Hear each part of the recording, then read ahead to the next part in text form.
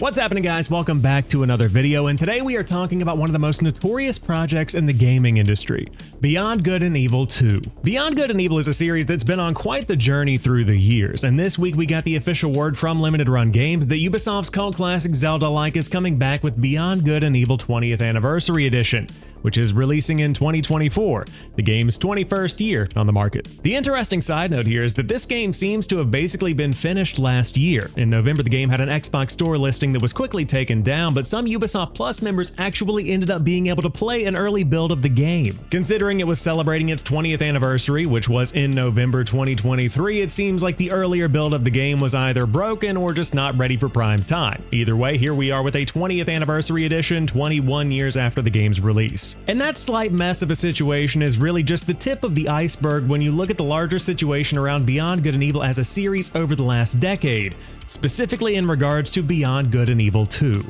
This game was initially announced all the way back in 2008, 5 years after the first game came out, which is admittedly a totally reasonable amount of time to expect a sequel to a game. The first announcement trailer drops at E3 in 2008, the gameplay trailer comes in 2009, maybe a game drops in 2010, right? Wrong. This game was shown off in 2008 and was nothing more than a myth until nearly 10 years later, when Ubisoft took to the E3 stage once again to show off a giant cinematic trailer for none other than Beyond Good and Evil 2, back again with a very impressive look at the world and the characters that were all packed with personality. It had this rich cyberpunk world with this fun space pirate monkey guy. It was enough to get anybody excited and plenty enough to get hardcore fans of the game pumped.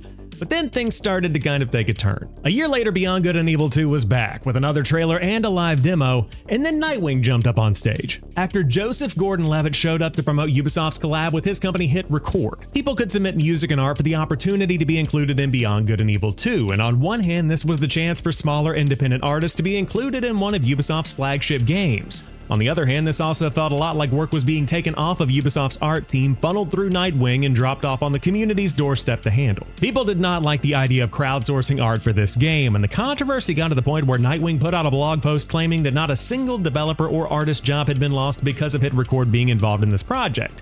And to be fair, there was some monetary light at the end of the tunnel for people that did want to get involved. Artists would be compensated, kind of through this crowdfunding style platform that Hit Record had stood up for this project, and as of June 2024, Hit Record's website says that the project resulted in 13 songs, 9 album covers, and 3 radio episodes that totaled out to $31,025. That was planned to be paid out in summer 2020. I don't know if that ever happened. And that's pretty much where Beyond Good and Evil 2 has sat for the last 7 years, an incomplete project that's never been confirmed dead, but it hasn't really shown any signs of life either. It's been completely missing in action until the official re-reveal of Beyond Good and Evil 20th Anniversary Edition. This is the official version of the remaster, not the one that was leaked last November, and includes improved visuals, a re-recorded soundtrack, and support for up to 4K resolution at 60 FPS, but that's not all. A new treasure hunt is coming to the game that lets players learn more about Jade's childhood and her link to Beyond Good and Evil 2.